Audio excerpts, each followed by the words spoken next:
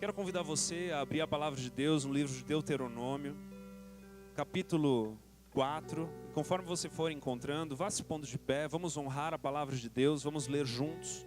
Se você não trouxe a Bíblia, não tem problema, fique de pé também.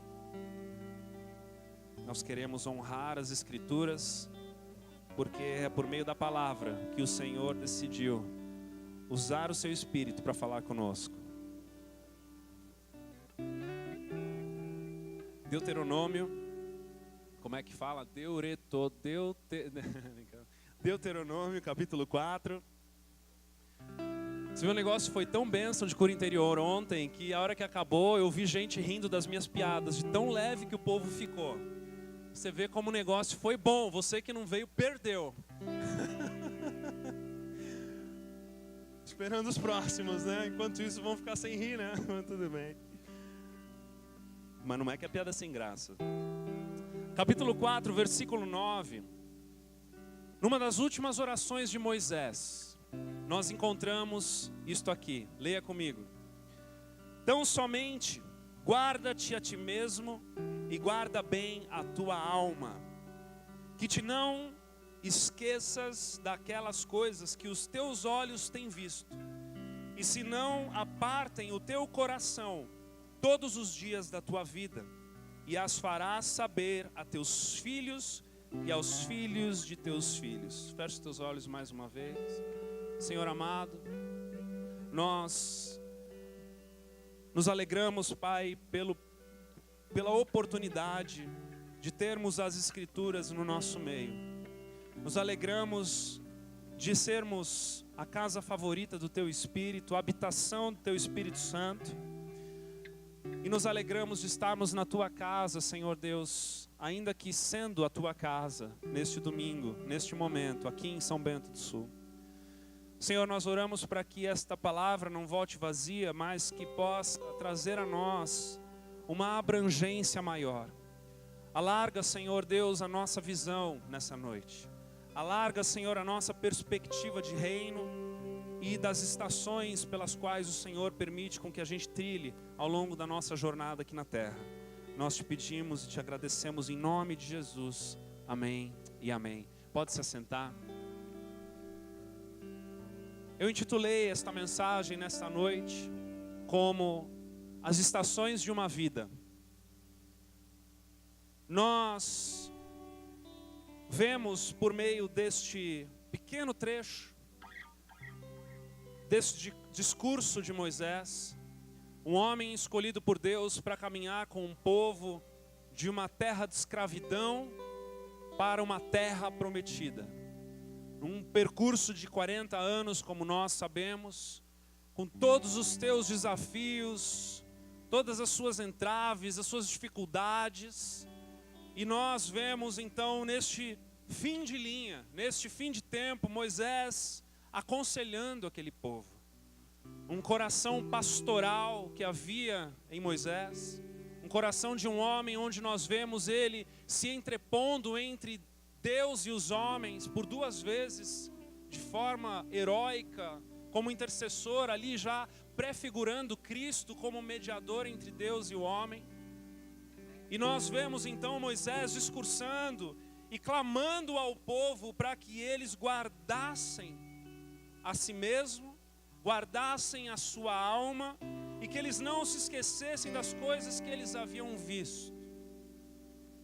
Eu estava nessa semana meditando em relação a estas coisas e fui parar lá em Colossenses capítulo 1. Deixa o teu dedinho aí em Deuteronômio, se você ainda tem a Bíblia de papel, né? Como eu, gosta de ser vintage, que não tem aí a tua Bíblia no telefone, porque afinal de contas dessa daí acaba a bateria, né? Então é sempre bom ter um papelzinho na mão. Mas lá em Colossenses capítulo 1, com certeza também você que está no telefone já encontrou antes de mim. Filipenses, tem que decorar a ordem da Bíblia, né? Quando você usa de papel. Colossenses capítulo 1, no início já da carta de Paulo, um outro homem que também tinha um coração pastoral, um outro homem que também amava o povo, se entregava, se inclinava para a necessidade do povo.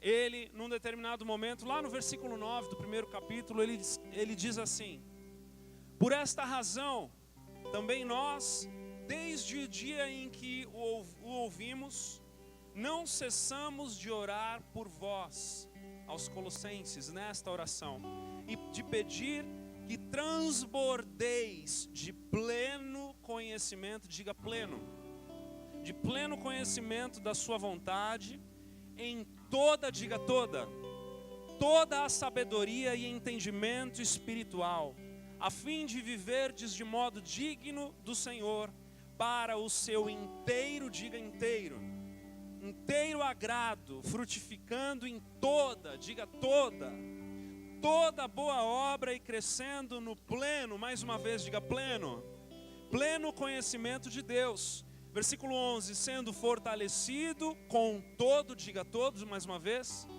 todo o poder segundo a força da sua glória, e mais uma vez em toda, diga toda a perseverança e longanimidade com alegria, dando graças ao Pai que vos fez idôneos à parte que vos cabe da herança dos santos na luz. Veja que eu fiz vocês repetirem pleno, toda, inteiro, toda, pleno, todo e toda. Ou seja, o coração de Paulo aqui é revelado nessa oração, de que o anseio dele, o desejo dele, é de ver aquele povo de forma concluída em todas as áreas da sua vida. De ver um povo que aprendeu e que está vivendo em uma plenitude, ou seja, que está vivendo no alvo do desejo de Deus, em todas as áreas da vida, quer seja nas finanças, como foi falado aqui, quer seja na emocional, quer seja na conjugal, quer seja na espiritual, em todas as áreas, ele diz. Se nós voltarmos uma página, duas, nós vamos ver na oração aos Filipenses, mais uma vez Paulo, no capítulo 1, versículo 9 também, de forma curiosa, no mesmo endereço, ele dizendo: e também faço esta oração, 2 pontos, que o vosso amor aumente mais e mais em pleno conhecimento e toda a percepção, para aprovardes as coisas excelentes e serdes sinceros e inculpáveis para o dia de Cristo, cheios do fruto de justiça, o qual é mediante Jesus Cristo para a glória e louvor de Deus. E mais um texto, um pouquinho antes, lá em Efésios, capítulo 4, mais umas 2 páginas antes, nós vemos aqui a respeito do propósito da liderança na igreja, né?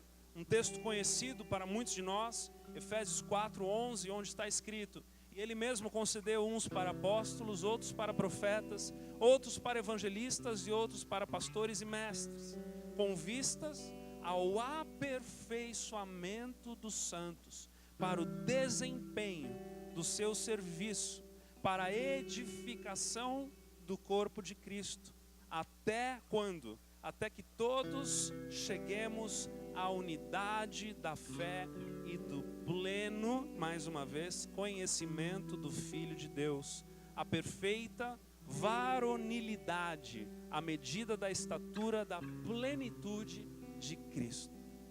Amados, se você tem um chamado ministerial, se você deseja fazer a vontade de Deus, se você leva a sério as Escrituras e você então é incumbido enquanto líder de pessoas ou pastor de uma igreja, estes textos te fazem tremer na base.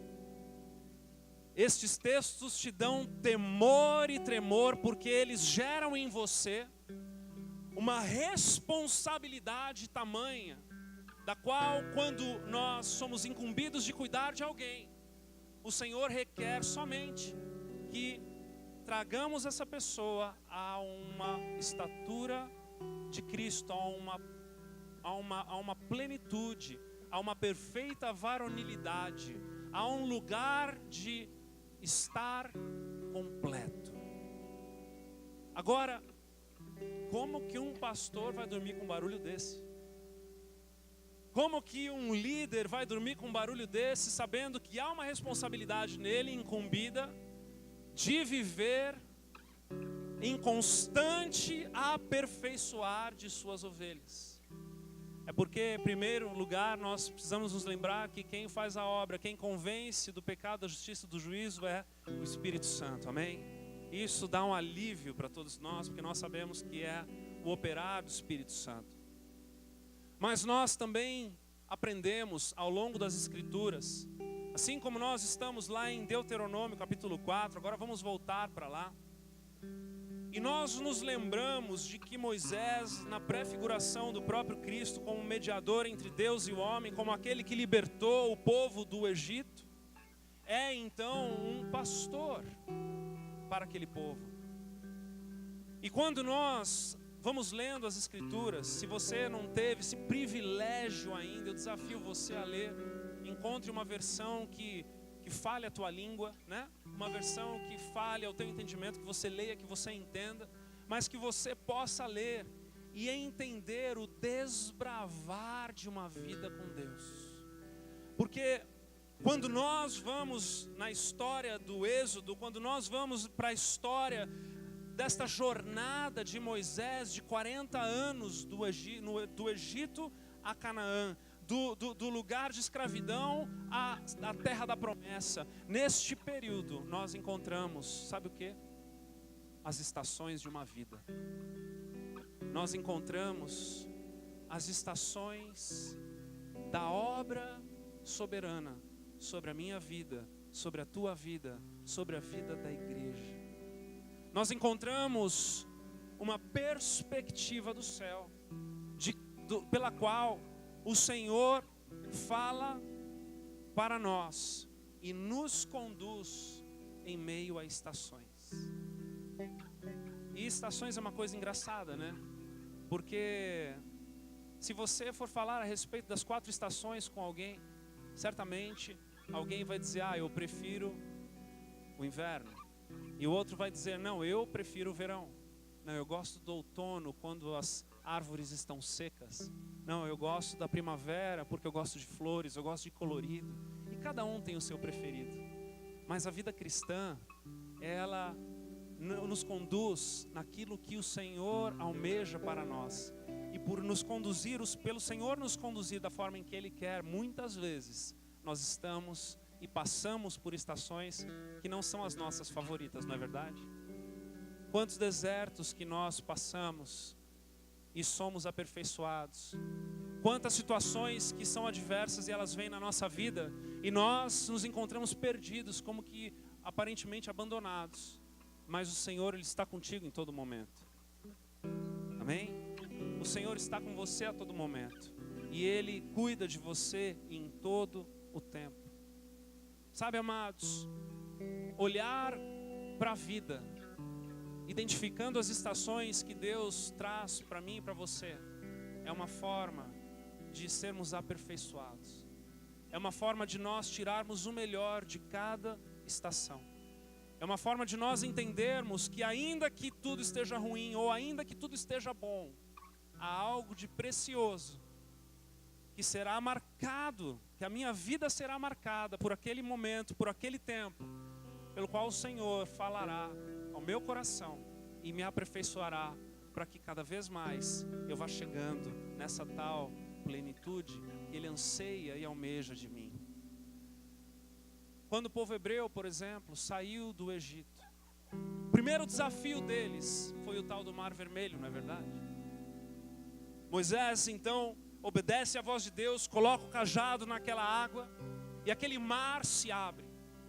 Eu imagino o espanto daquele povo olhando para aquelas águas, para aquelas paredes de águas e aquele caminho de terra seca. Aquele lugar foi um lugar de decisão para aquele povo. Foi um lugar de tomar uma decisão e saber que se eles entrassem por ali, não haveria mais volta. De que não haveria mais retorno.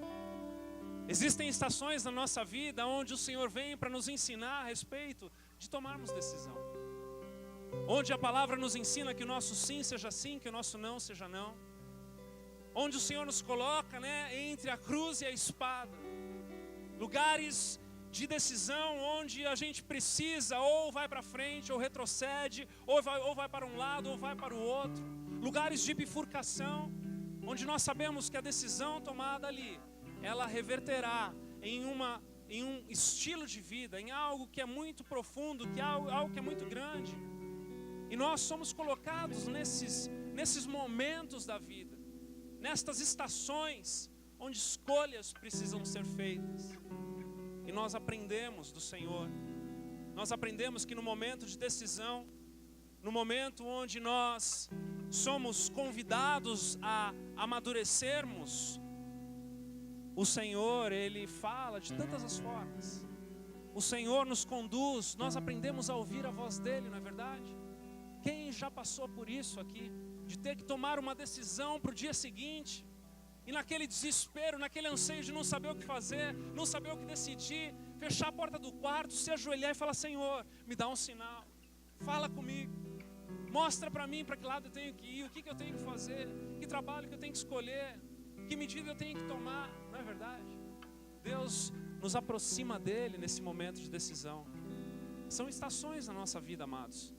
Uma outra estação pelo qual nós vamos aprendendo foi a estação onde o povo hebreu estava ali, e aí de repente eles estavam acostumados a viver daquelas cebolas, a viver daquelas comidas do deserto, e de repente o Senhor inventa um tal de maná. No Egito, não no deserto. E no deserto o Senhor inventa então esse tal de maná. O que é isso? Eu não sei, é parecido como um orvalho que cai de manhã, e aí você agora tem que viver no contentamento, O irmão estava falando aqui do contentamento, porque se eu pego demais, a minha casa vai ficar cheirando mal, porque ele vai apodrecer, porque ele é o pão nosso de cada dia, literalmente. Ou se eu pego de menos, a gente vai sentir necessidade. Então agora eu tenho que aprender a me contentar com aquilo que eu preciso, com aquilo que é padrão. E estas estações da nossa vida, amados, elas vão ocorrendo. E muitas das vezes, preste atenção no que eu vou te dizer, estas estações são temas das quais a igreja passa junto com você.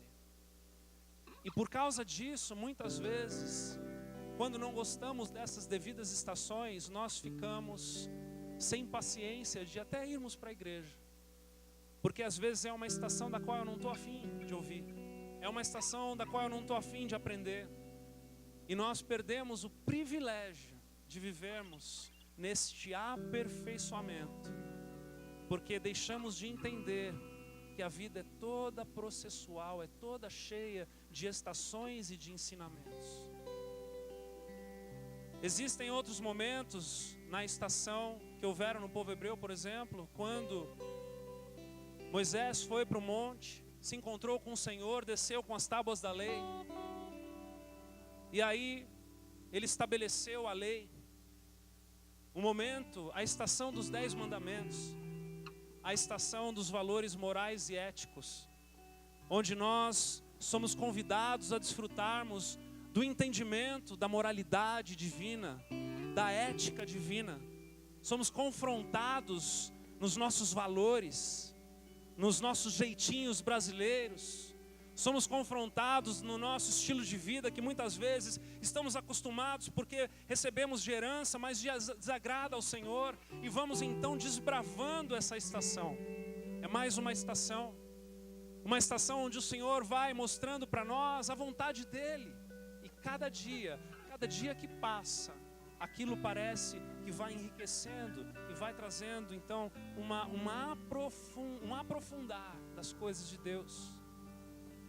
Eu, esses tempos atrás, li uma historinha de alguém dizendo: poxa, por que é que você vai para a igreja todos os domingos, se é algo que parece que você nem se lembra do que foi falado? E aí de repente um outro responde: olha, eu estou casado há 30 anos. Há 30 anos a minha esposa faz almoço para mim. Eu não me lembro o que ela fez para mim a semana passada, é verdade. Mas se eu estou de pé aqui hoje, é porque há 30 anos eu almoço. E ir à igreja muitas vezes é exatamente isso, amados. Ir à igreja é nós recebermos um alimento pelo qual talvez seremos confrontados, talvez não gostaremos de ser confrontados naquilo, talvez seremos confortados, ou talvez entraremos em uma nova estação que muitas vezes nem gostaremos dela, mas o Senhor conduzindo a sua noiva.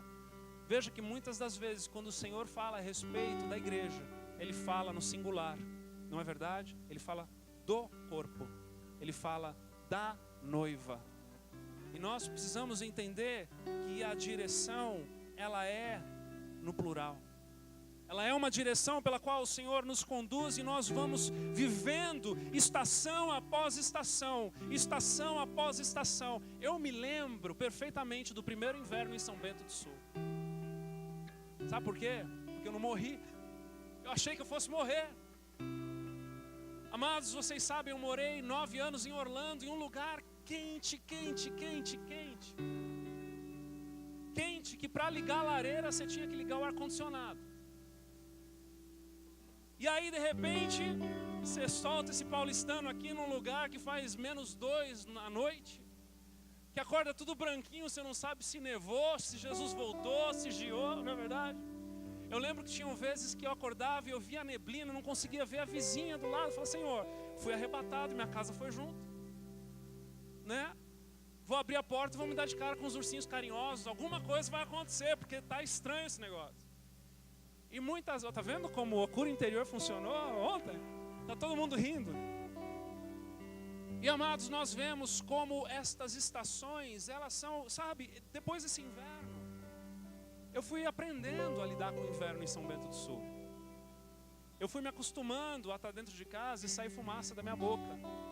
Eu fui me acostumando a fazer chá, porque chimarrão eu não consigo tomar até hoje, né? Mas eu fui me acostumando a buscar meios pelos quais aquela estação havia já ensinado para mim na última vez em que eu passei por ela. E a vida cristã é exatamente assim. É de estação em estação. É de tempo em tempo.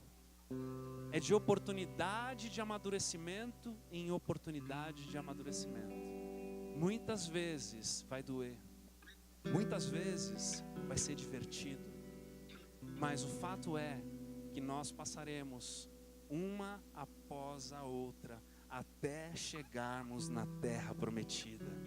E eu e você chegaremos na terra prometida. Eu e você desfrutaremos dos manjares do Senhor. Tem alguém aqui? Eu e você desfrutaremos de uma terra que mana leite e mel. Porque nós somos seres eternos e fomos chamados para uma eternidade. Fomos chamados para um lugar onde o Senhor está preparando para nós. Amados, nem olhos viram, nem ouvidos ouviram. Porque está sendo preparado pelo Senhor dos Senhores, pelo Rei dos Reis. E o que se precisar passar aqui, para que quando eu chegar lá eu desfrute de uma forma ainda melhor, eu vou passar, eu vou aprender, eu vou permanecer, eu não vou soltar, porque eu vou brigar até o fim para entrar em santificação no momento da glória, para que quando eu chegar de corpo glorificado na presença do Senhor e me prostrar na presença dEle, a minha coroa pese nos pés dEle. Oh, meus amados,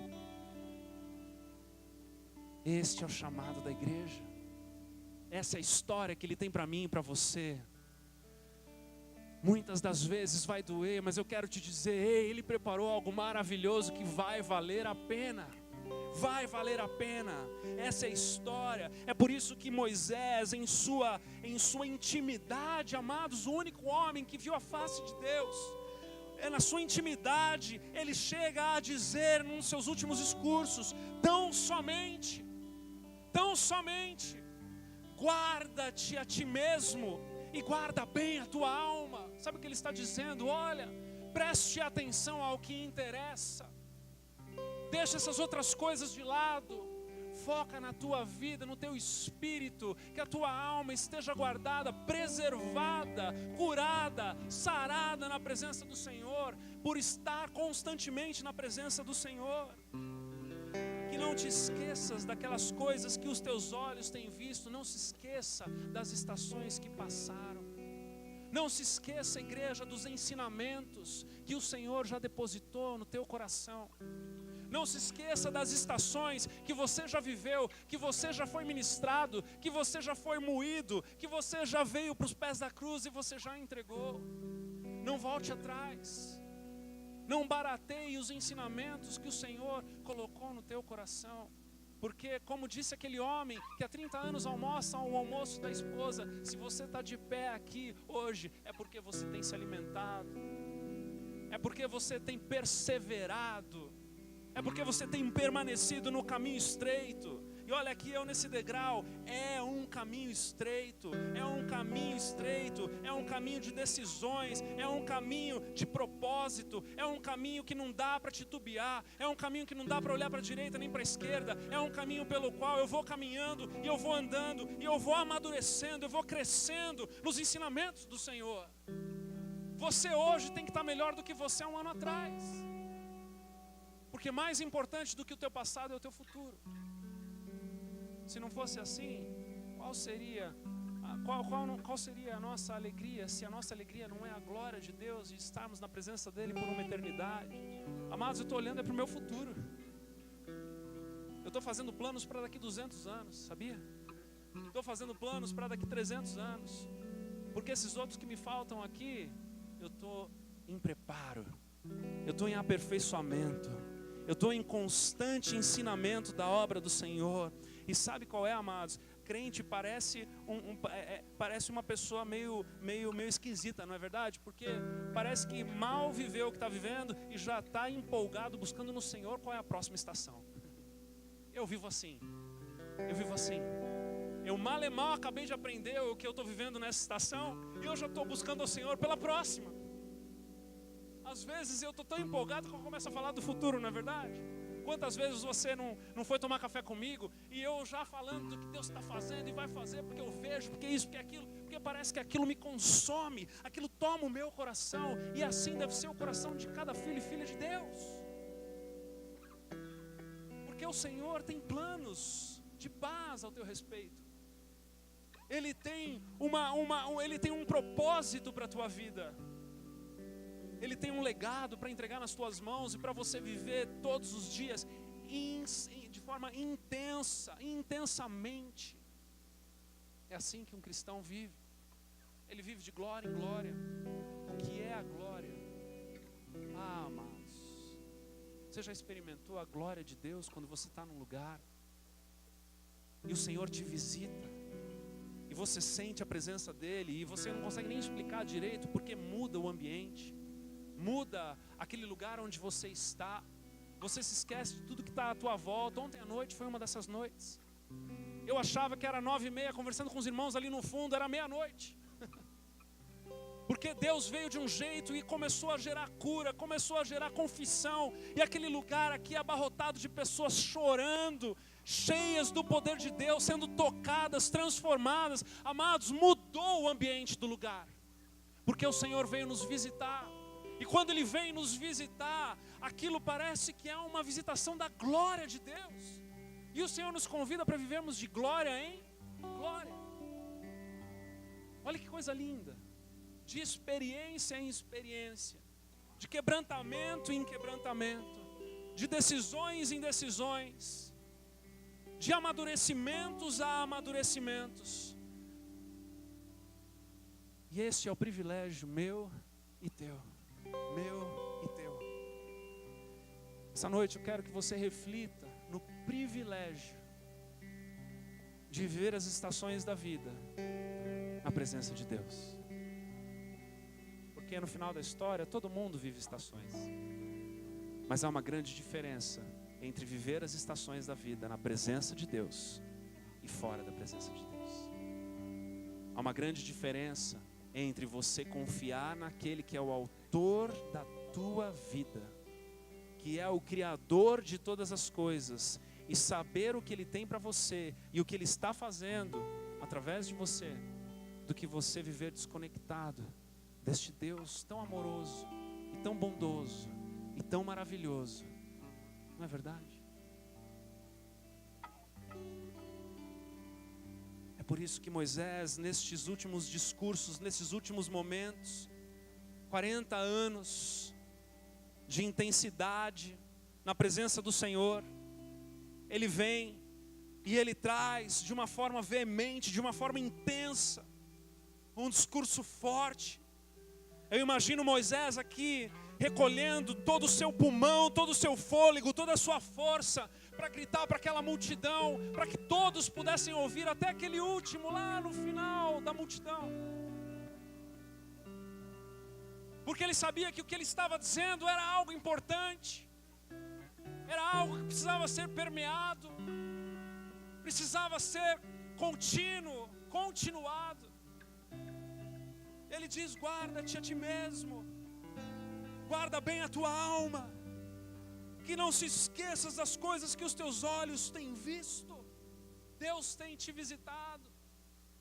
Lembre-se de quando você saiu da escravidão do Egito. Lembre-se de todo esse percurso que você já trilhou nesse deserto. Nos momentos em que você não tinha resposta e Ele trouxe a resposta. Nos momentos em que você não tinha recurso, Ele trouxe a provisão. Nos momentos em que você não sabia o que fazer, Ele trouxe a condição para que você continuasse a sua vida.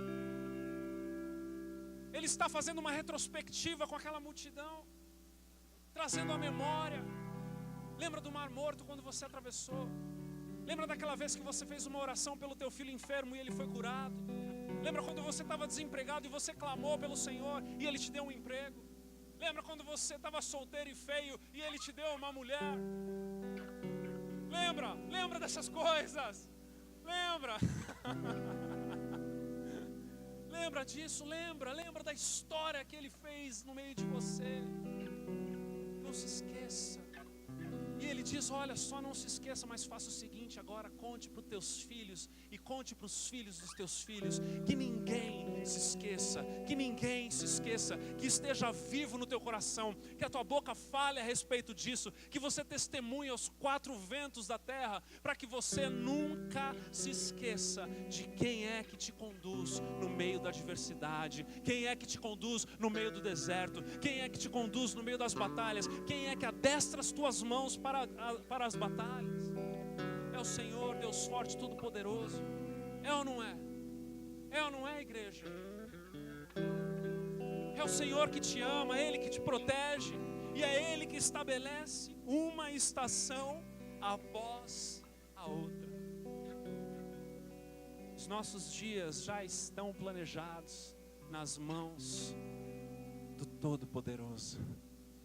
E por isso que eu e você podemos descansar nele. Podemos descansar nele. Podemos descansar nele. Fala para a pessoa do seu lado aí: você sabia que você pode descansar nele? Aleluia. Aleluia. Nós podemos descansar nele, igreja. Mas é necessário eu e você discernirmos as estações. Cheguei até aqui. Até aqui nós pudemos reconhecer que temos estações, sim. Até aqui nós pudemos reconhecer que Deus trabalha de forma conjunta no meio de nós. E ainda que Ele trabalhe de forma conjunta no meio de nós, Ele nos atende na nossa individualidade, não é verdade?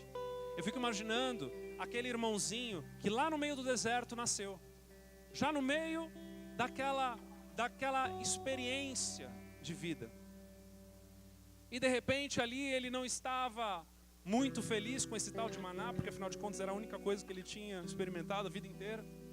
E ele ali naquele momento de ingratidão, né? Ele chega para o irmãozinho mais velho, e o irmão mais velho diz: olha, houve uma estação, houve uma estação que o nosso Yahvé nos ensinou a respeito desse maná. Houve uma estação em que Ele nos ensinou a respeito desse contentamento. E eu quero passar para você aqui o que aquela estação nos ensinou. E aquele irmão mais velho, então, ensina aquele irmão mais novo a respeito das estações que já passaram Diz para mim se isso é ou não é a nossa igreja. Diz para mim se isso é ou não é a vida em discipulado que a gente vive. Onde o irmão mais velho está preocupado e inclinado em ajudar o irmão mais novo que está começando na fé. Às vezes a igreja, o corpo de Cristo, a noiva, está vivendo uma estação específica, mas aqueles irmãos mais velhos, individualmente, estão prestando socorro na necessidade e na debilidade daquele irmão que está chegando. Isso é igreja. É por isso que nós precisamos tanto ouvir do Senhor no macro, ouvir do Senhor de forma como igreja, como corpo, mas nós precisamos também uns dos outros para sermos aperfeiçoados. Como a Bíblia diz em Provérbios, o ferro com o ferro se afiam. E nós precisamos desse afiar todos os dias da nossa vida. É por isso que em Atos capítulo 2, a palavra diz, olha, perseveravam de casa em casa, todos os dias unânimes, juntos e no templo, partindo o pão. É uma família, é uma comunidade, nós nos conhecemos, nós temos nome uns para os outros, nós vivemos um grupo, nós buscamos ajuda, nós nos apoiamos, nós choramos com os que choram e nos alegramos com os que se alegram. Essa é a vida da igreja, amados. Mas, voltando para a estação, nós precisamos discernir a estação. E Deus tem falado de forma muito incrível a respeito desta nova estação que nós estamos nos adentrando. Ontem ocorreu aqui algo muito importante, muito especial e muito simbólico a respeito de entrarmos em uma nova estação. Num determinado momento em que estava sendo ministrado a cura interior aqui, o pastor Dagmar, ele mencionou, no momento que ele estava até um pouquinho emocionado, né? Que é raridade, né, meu irmão? Ele estava aqui emocionado, ele estava dizendo, olha, faz 10 anos que eu não ministro cura interior dentro de uma igreja. E o Senhor está fazendo algo novo. E imediatamente eu vi aquilo como parte de um sinal do que Deus vem fazendo no meio de nós. Amados, eu estou com uma palavra explodindo para trazer para você. Mas eu não quero fazer faltando 20 minutos para as 8. Então eu vou deixar para domingo que vem. Porque eu creio que é algo que o Senhor tem para continuar aquilo que Ele já vem falando, já vem fazendo nesses 8 anos de refúgio aqui em São Bento do Sul. E eu quero pedir um favor a você. Eu quero pedir a você que você nessa semana, nas tuas orações, que você ore para que o Senhor fale ao teu coração domingo que vem. Que você esteja aberto para receber aquilo que Ele tem para continuar falando no teu coração. Eu creio que nós estamos sim adentrando a um novo tempo. Eu creio que o Brasil está adentrando num novo tempo. Nós estávamos hoje de manhã eu estava assistindo o nosso culto lá nos Estados Unidos. O pastor Jay pela primeira vez contou para toda a igreja nossa lá norte-americana a respeito da nossa igreja em Guiné-Bissau. Foi uma festa, o pessoal aplaudiu, ficaram muito felizes com tudo que está acontecendo. O pastor Jay compartilhou lá e eu creio que Deus vem fazendo coisas grandes. Mas houve um grande movimento em Orlando ontem, onde mais de 70 mil pessoas estavam em um estádio, 70 mil cristãos estavam num estádio, ouvindo preletores norte-americanos, pastores norte-americanos falando. E 2 pastores dos quais estavam ali, um deles é o Theo Hayashi, que é do movimento Dunamis, e o outro foi o pastor Abe Uber, da Igreja da Paz, que muitos de vocês conhecem. E eles estavam falando a respeito das mesmas coisas, e eu creio, porque é algo que parece que Deus está movimentando algo na nossa nação inteira. Amados, é um tempo de despertamento, é um tempo onde eu falo com todo respeito, mas é um tempo onde toda a apatia vai ficar para trás, porque é um novo momento nas nossas vidas, é um novo momento na igreja de Cristo, é um novo movimento que o Senhor está querendo gerar, porque a igreja ela é orgânica, a igreja ela é viva, a igreja se manifesta, a igreja não é parada, a igreja não é inativa, a igreja não é apática. Nós podemos ter transtornos, nós podemos ter debilidades, podemos ter problemas, mas o Senhor ele é capaz de nos curar. lugar. Ele é capaz de nos tirar de um lugar de escuridão e de nos trazer para a luz, porque há um movimento pelo qual Jesus, na grande comissão, disse: ide por todo mundo e pregai o evangelho. E se nós não estamos fazendo isso, é porque algo está de errado, e nós cremos que algo novo está por vir, e o Senhor está fazendo um movimento no nosso meio. Você pode aplaudir ao Senhor?